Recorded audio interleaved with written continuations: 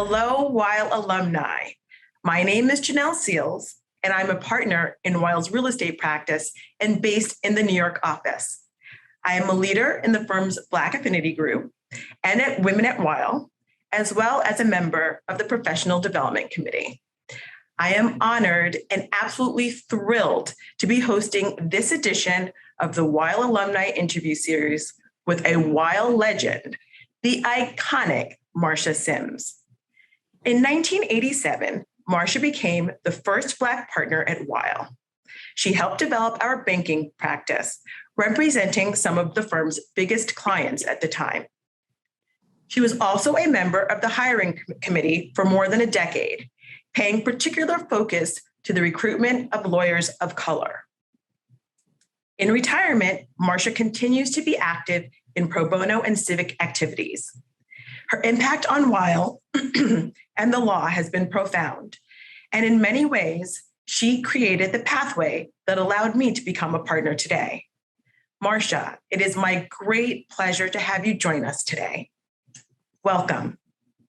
Thank you so much, Jannelle, and let me take this opportunity to once again congratulate you on being elevated to the partnership. I'm so proud of you and so happy. Thank you so much. Couldn't have done it without you. Everybody wants to hear what you've been up to. As we've noted, you're a Weil legend, and we just wanted to hear a little bit about the journey that got you where you are today. I first met you, Marsha, in 2006 when I was a summer associate. One of the first things I noticed about you was your ability to be your authentic self. You wore bangles, you had short, natural hair, and you often wore colorful suits that was just not the norm at the time. How did you get to that place of comfort in a professional setting? Well, Jannelle, you remember I started practicing law in 1977. I had no role models when I started. There were almost no Black lawyers and very few women. I also had no expectations of success, not because I didn't think I could be successful, but because I didn't think I'd be given the opportunity to do so. My start was in the early days of the idea that women should, quote unquote, blend in, and there was no way I could do so. When I walked into a conference room, everything just stopped. People looked at me, it was sort of what's going on. I knew that I had to be comfortable in my skin because I was always going to be under the microscope. I made the decision to dress in bold colors, as you noticed, and be unapologetically Black because that's what got me through the day.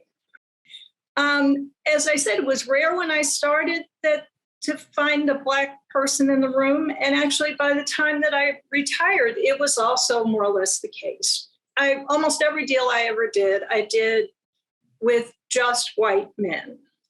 Not too long before I retired, I worked on a deal where I was representing GE Capital in a restructuring. The banker from GE Capital was a Black man, and the other Weil lawyer wore a yarmulke. We walked into the conference room. There were two white men from a large North Carolina law firm. They were in shock.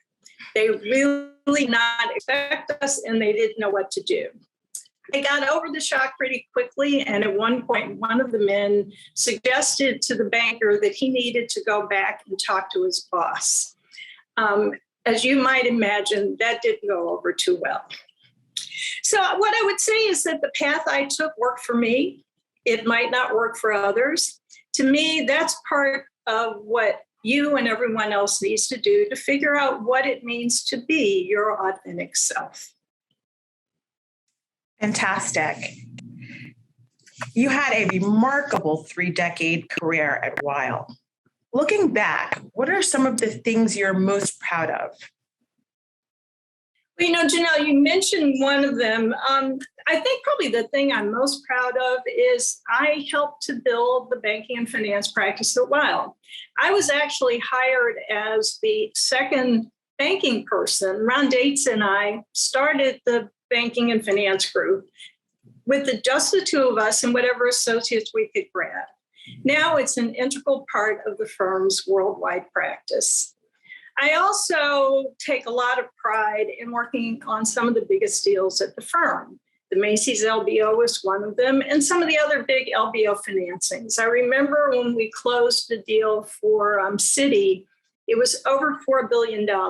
At the time, the Fed could not wire that much money, so they actually sent us a check for $4.2 billion. I still have a picture of that check. We couldn't believe it. I represented Sotheby's for 8 years before I retired, and afterwards they asked me to join the board. So I also spent 7 or 8 years being on the other side of being a client and having Weil at times represent me. On the pro bono side, I had 2 really big projects. One of them was I spent 2 years representing the Federal Advisory Committee on the African Burial Ground. At one point, the federal government was planning to build a new building down in Lower Manhattan. In the process of excavating, they uncovered a burial ground of Africans, which they figured out they were African slaves, not slaves born in the US, because of some of the relics they found. They were going to keep on digging, and the head of the General Services Administration in Congress, John Conyers, a Black man, basically stopped the whole project and said, you all need to figure out how to preserve what's going on. So we spent 2 years doing that. There was a big report that's written, and now I don't know, because of pandemic, if you can, you go to General Services Administration building down in Lower Manhattan, there's a permanent exhibition of the burial ground. The remains have been reinterred there. So it was really exciting. The project actually went on for about 7 or 8 years. I didn't work on it the entire time. The other big thing I did on a pro bono basis was to work with the Lawyers Committee for Civil Rights Under Law. I joined the board right after I became a partner. I chaired the board for 2 years. Voting rights has been a big project, a major focus of the Lawyers Committee, and we've run an election protection program for many years. Joe Gelb and I were part of the old guard at the firm working with the Lawyers Committee, and now Ed Soto and Adam Banks are leading the charge.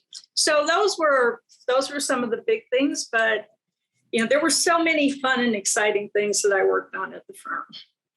Those are incredible achievements. Marsha, what are the elements of Weil's culture that meant the most to you and made you want to stay so long? As we mentioned before, you were at the firm for over 3 decades. When I joined the firm, we were a big family. Not always happy, but what family is. This is the firm directory when I joined. There were fewer than 300 lawyers. We only had 4 offices, and one of them was the Houston office that I think had been open for 2 months. You knew everybody. We would often gather in conference rooms at night and eat dinner together because there was no cafeteria. So if someone ordered in and they had a pizza, they just came around and found enough people to eat the pizza. The firm used to have a Halloween party every year where the lawyers all brought their kids. So we got to know people very well in a very personal way. That atmosphere carried through. When Mike Aiello joined the firm, Akiko Mikamo and her husband had a cocktail party at their house and invited all of the corporate partners and their spouses. I spent some time speaking with Mike's wife, and she was very surprised to know that not only did we all know each other and our spouses, we knew about their kids, and we got to ask questions about them and see how they were. So it really felt like a family, and I think that was something that's unusual about the firm, but also great about the firm. That is really special, Marsha, and I think that still marks one of the great elements of Weil's culture, even today. And even with its large size today, Weil still feels like one big family. Mentoring attorneys of color is a big part of your legacy at Weil. What are the most important pieces of advice you imparted? And also, what advice do you have for the next generation of Black attorneys? Yes, mentoring was important. And I think it was because I wanted people to have a safe space to go. There weren't very many people in the firm that someone could come to and ask whether they had to go to the firm outing whether it was okay to have braids in your hair. I wanted to be honest. People were not getting feedback, and it was important to me to be honest with them. One woman who is now a general counsel of a public company told me that I gave her some of the best advice she ever got. The advice that I gave her was that it was time to leave Weil Alumni. It wasn't going to work for her no matter how hard she tried, and she needed to move on. The other piece that I think was important from a mentoring point of view was the Folks Party, which was the shorthand for Just Us Folks. It was an opportunity for the lawyers of color to get together. The party was held at my apartment for almost the entire time I was a partner. It was a place where alumni of color, our current lawyers, and the summer associates could get together and also keep in touch. And for the young lawyers and the summer associates, it was an opportunity to learn that there was life after Weil Alumni. I used to consider all of you all my children. I still hear from you all the time, and I continue to be proud of you. Jannelle, I'd like to add, though, that there were more than a few white men who walked into my office and closed the door because they wanted to talk to me. We keep in touch, too. I think the biggest piece of advice I can give to you is what we talked about earlier, and that is that it's most important to be yourself. There are going to be hard times. There are going to be obstacles that you run into, but you have to keep on moving. I think it's also very important for you to have someone that you can talk to and run things by who's not part of the firm. It's very important to get that outside perspective and attitude. I had some very good mentors in my career.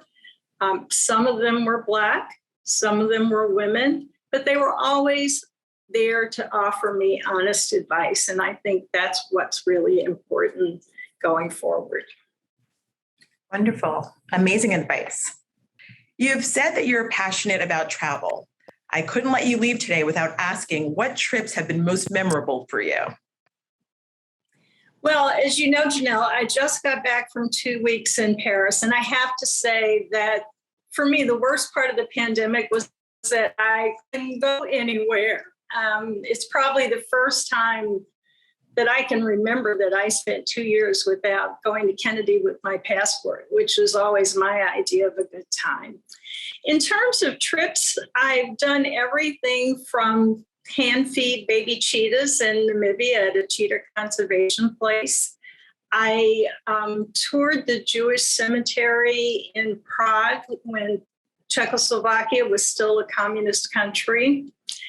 I went to Syria and to Afghanistan when times were quieter. And there are two places that I know that I will never go there again, and they will never be what they were, which is very troubling to me because I enjoyed them.